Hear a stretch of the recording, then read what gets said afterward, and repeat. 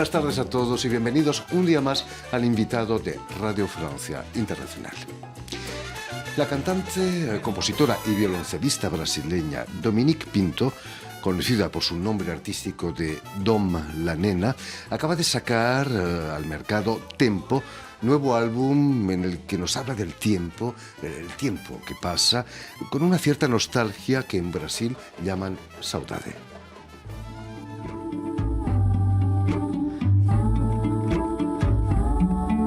Como si el tiempo no pasara, yo solo vivo de ilusión, son tantos los sueños que tengo, no caben en una canción.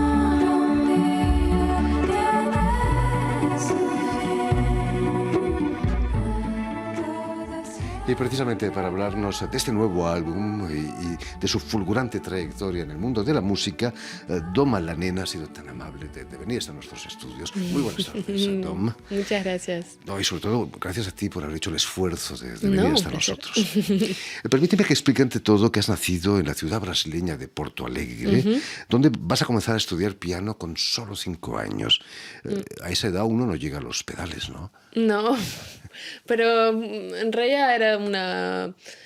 Digamos, creo que cuando se empieza a esa edad es algo muy lúdico, muy del juego, del placer y bueno, y tampoco se necesita llegar a los... Es la edad de los primeros recuerdos, ¿no? ¿Tienes También, recuerdos sí, del piano? sí, tengo muchos, porque en realidad empecé en una escuela que hacía un método que se llama Suzuki, que podría haber empezado a los 3 con ese método. Y creo que la mezcla entre este método y la relación en Brasil con la música, que es algo muy, muy alegre, muy festivo, hizo con que tuve una relación muy fuerte con esa escuela de música en la que iba y la verdad que iba todos los días, tenía muchos amigos, era casi como... O sea, tengo tantos recuerdos de los momentos en esa escuela de música que en la escuela normal, digamos. Era como algo muy complementario para mí, los dos. Y me hice amigos para la vida ahí. Y mis primeros profesores de música siguen siendo grandes amigos hasta hoy. Es importante eso. Pocos años más tarde empiezas a estudiar violoncelo, instrumento que no has dejado desde entonces. No. ¿Cómo fue tu encuentro con el instrumento? Y justo fue en esa escuela hacíamos un encuentro latinoamericano, creo, o brasilero, no sé, entre varias escuelas que hacían el mismo método Suzuki. Y era en Florianópolis, que es relativamente cerca de Porto Alegre, pero en realidad son unos cuantos kilómetros. Y fuimos en ómnibus, y en el ómnibus iba junto al profesor de cello de la escuela donde iba yo, y me súper copé con él, porque tenía otras amigas que también iban, que hacían cello y que estudiaban con él. Y la verdad, no sé, hubo una conexión muy fuerte, muy espontánea, y primero en realidad lo que quise era ser su alumna, digamos. Y me acuerdo de volver y decir, papá, mamá, es mi nuevo profe. y bueno, y después empecé ahí el cello, pero muy rápidamente nos vinimos a vivir en París con mi familia. Y acá, en realidad, lo que pasó es que descubrí...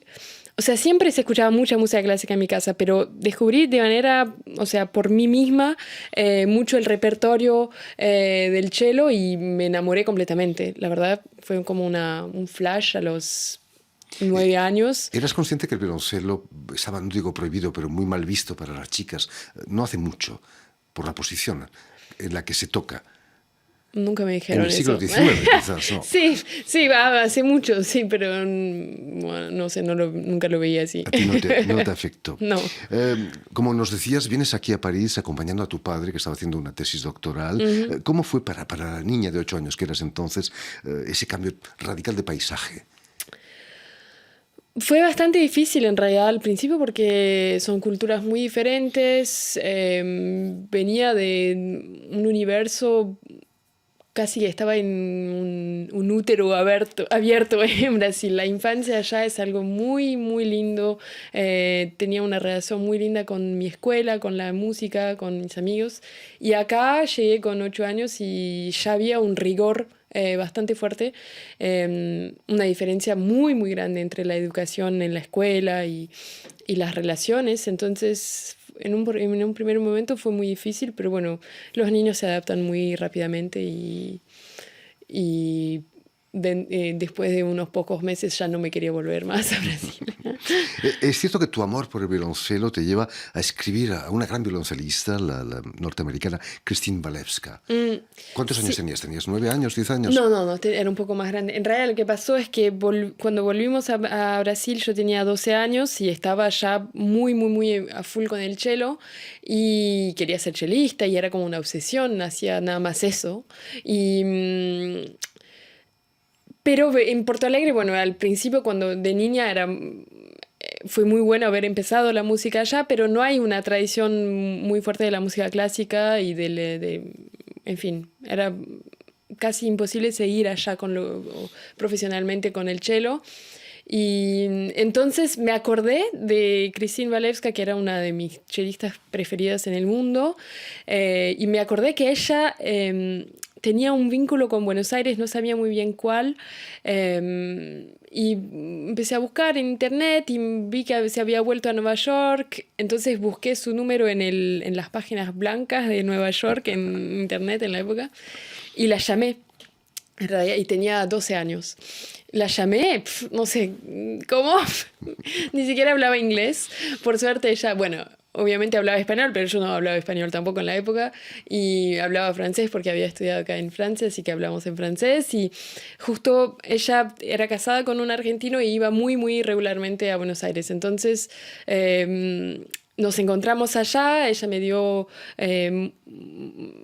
fuimos como 10 días, nos encontramos y me dio clases todos los días y me trató de ayudarme en organizarme para continuar con el cello y me presentó a un profesor allá, entonces yo me mudé para Buenos Aires en ese momento y me quedé estudiando ahí con ese profesor que era francés y con ella que venía cada 3 meses, pasaba un mes allá y hacíamos como intensivos durante varios años. Cuéntanos, ¿qué cambió en tu vida el haber estudiado con la que llamaban la diosa del violoncelo?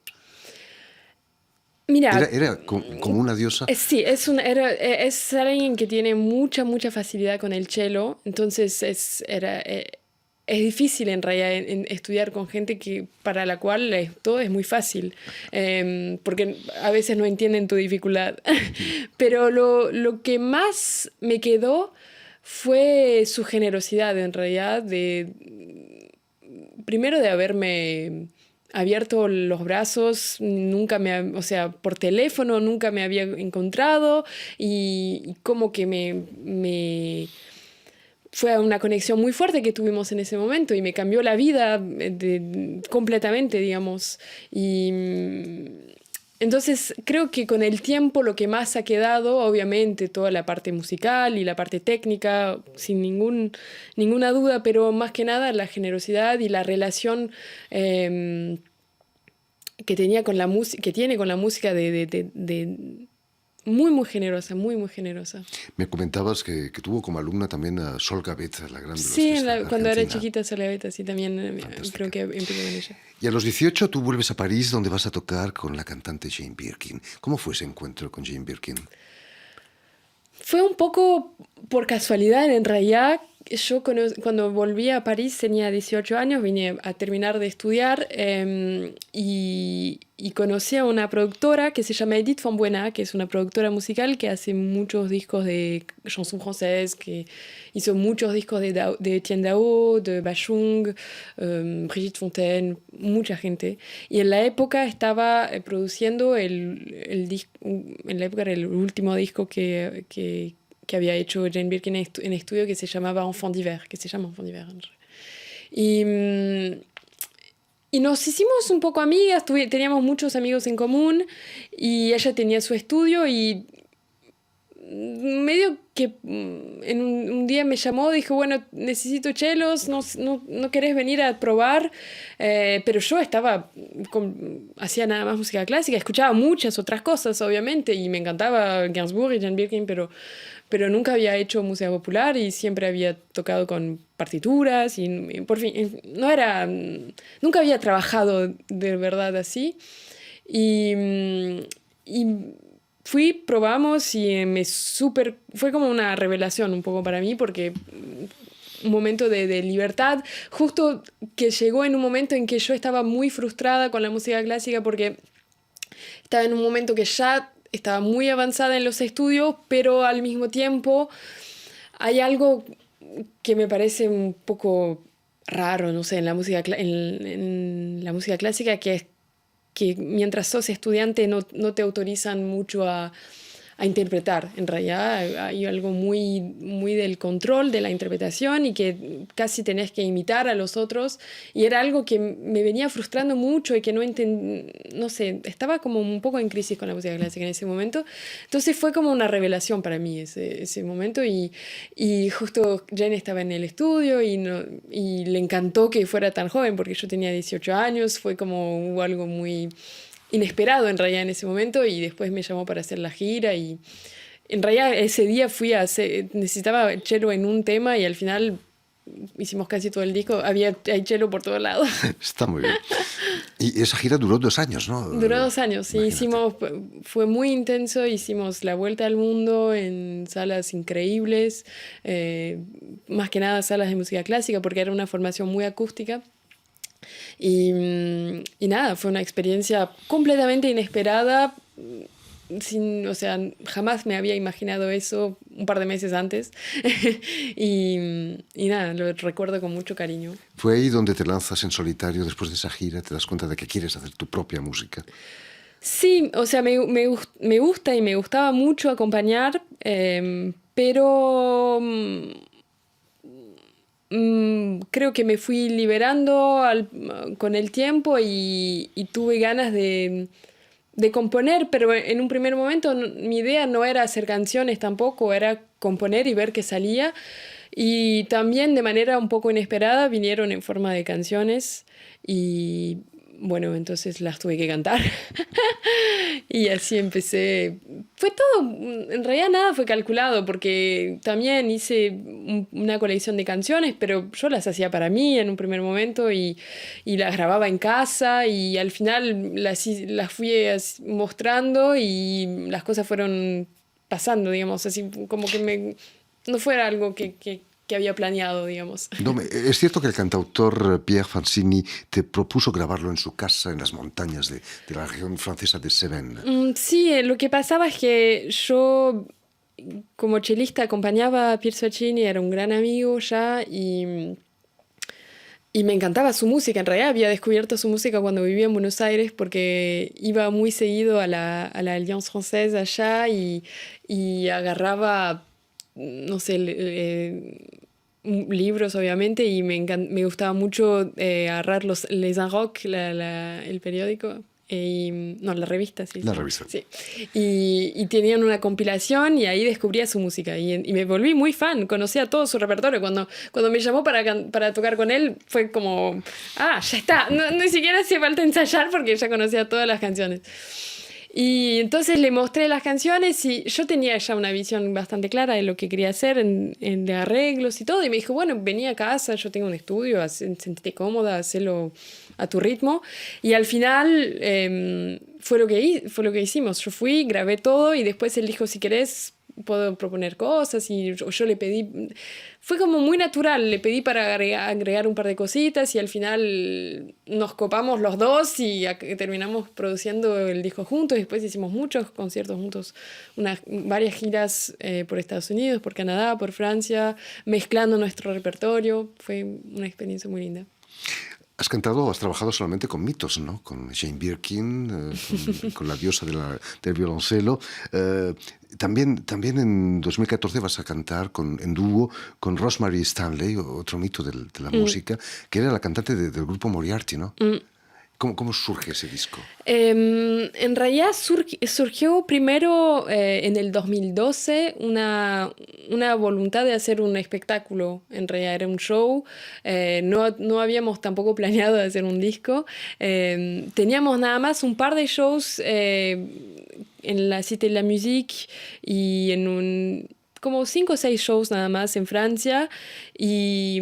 Y Rosemary me había llamado porque quería hacer un songbook de canciones muy variadas, que en un primer momento la idea venía de ella, en realidad, de hacer canciones principalmente que le habían acompañado durante la infancia. Y poniendo en valor la melodía, la letra con arreglos muy minimales, nada más cello y voz.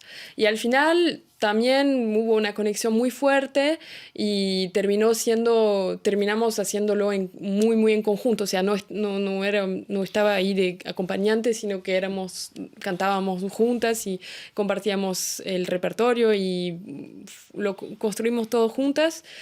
Y esos 5 o 6 shows se transformaron en una centena de shows. O sea, fue como las cosas fueron bastante rápidamente, funcionó muy bien.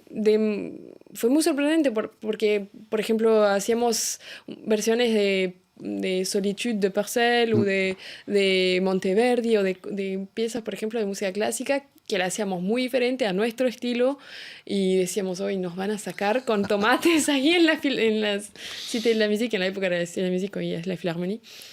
Pero... y entonces después grabamos un disco que también tuvo mucho éxito acá en Francia. O sea, de verdad, desde el 2012 no paramos. Sacamos también otro disco el año pasado que se llama Ramage, que tuvo también mucho éxito y nada.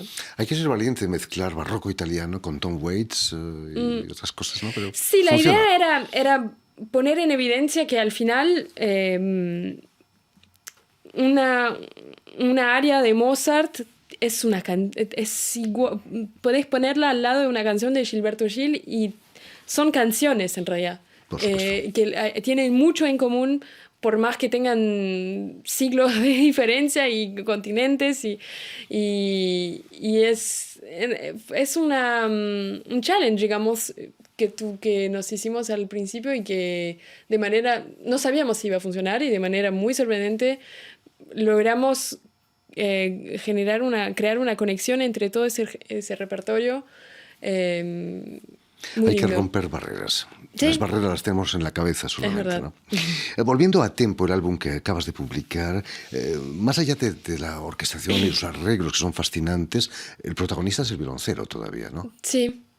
Mi idea era, bueno, ya hice 2 discos con Rosemary, con Person of Fire, que son casi 100% cello y voz. Hice también algunas grabaciones, algunos mini discos que se llaman EPs, sola, también cello y voz.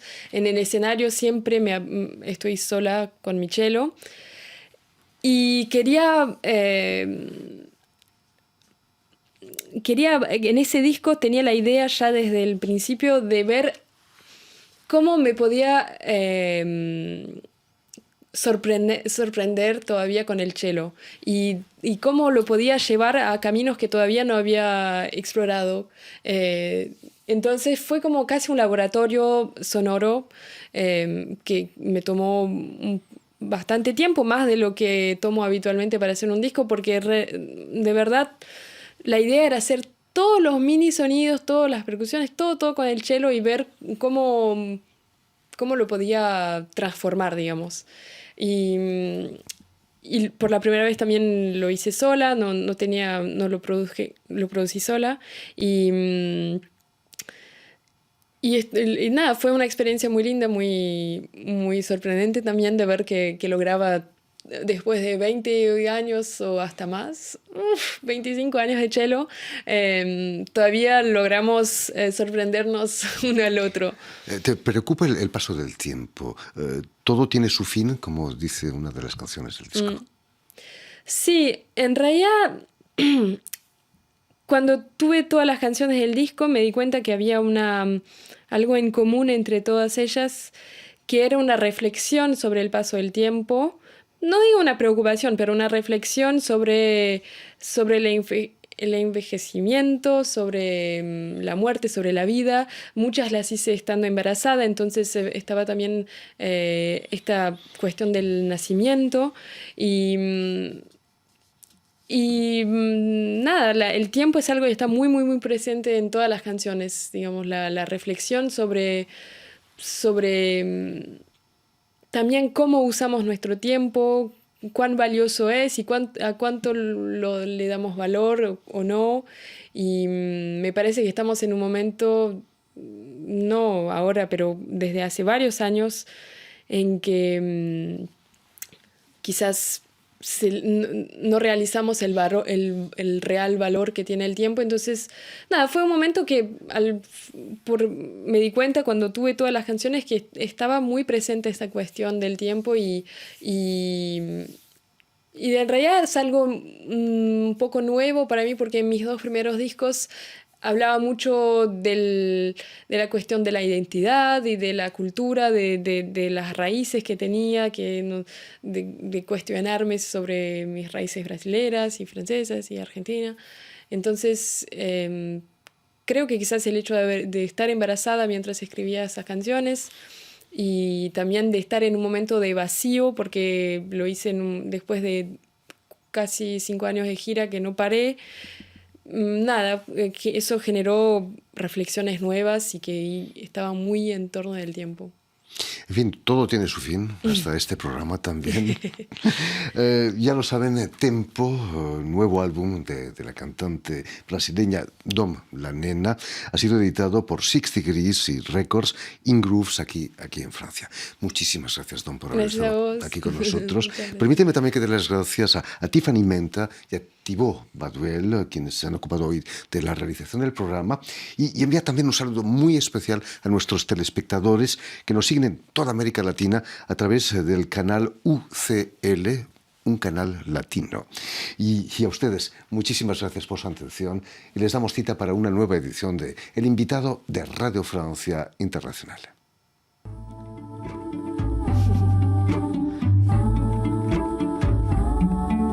Como si el tiempo no pasara, yo solo vivo de ilusión.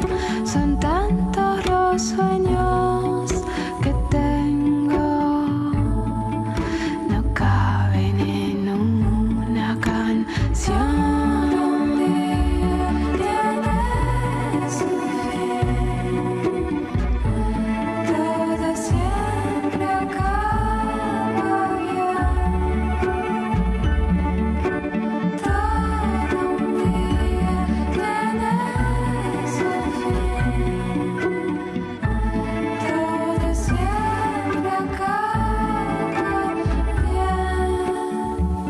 Plus personne pour lire. On a des postes partout. Dans la cuisine, dans les water closets, dans le bureau, dans les rues. Où sera-t-on, tandis qu'on regarde la télévision muto? On n'est pas seul.